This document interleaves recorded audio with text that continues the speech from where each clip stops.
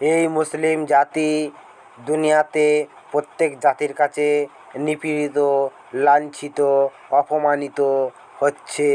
তার কারণ আজকের সমাজে আমাদের কোনো নেতা নেই, সমাজে আমাদের কোনো দিক নির্দেশনা নেই, যে যার মতো সে যার চলছে।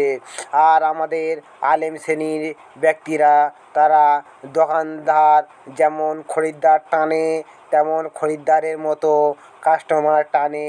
সাধারণ মানুষদেরকে বিভিন্ন দলে, বিভিন্ন ফেরকায় বিভক্ত করে আজকের এই মুসলিম জাতিটাকে ভেঙে টুকরো টুকরো করে আজকে স্বার্থ উদ্ধার করছে। আমি এবং আমাদের এই তৌহিদ মানব জাতিকে ঐক্যবদ্ধ করার, মুসলিম জাতিকে ঐক্যবদ্ধ করার ডাক দিয়েছে। ইনশাআল্লাহ যারা এই তৌহিদ উপলব্ধি করতে পারবে, ইনশাআল্লাহ তারা দুনিয়াতেও শান্তি পাবে এবং আখেরাতে পাবে জান্নাত, এটা নিশ্চিত।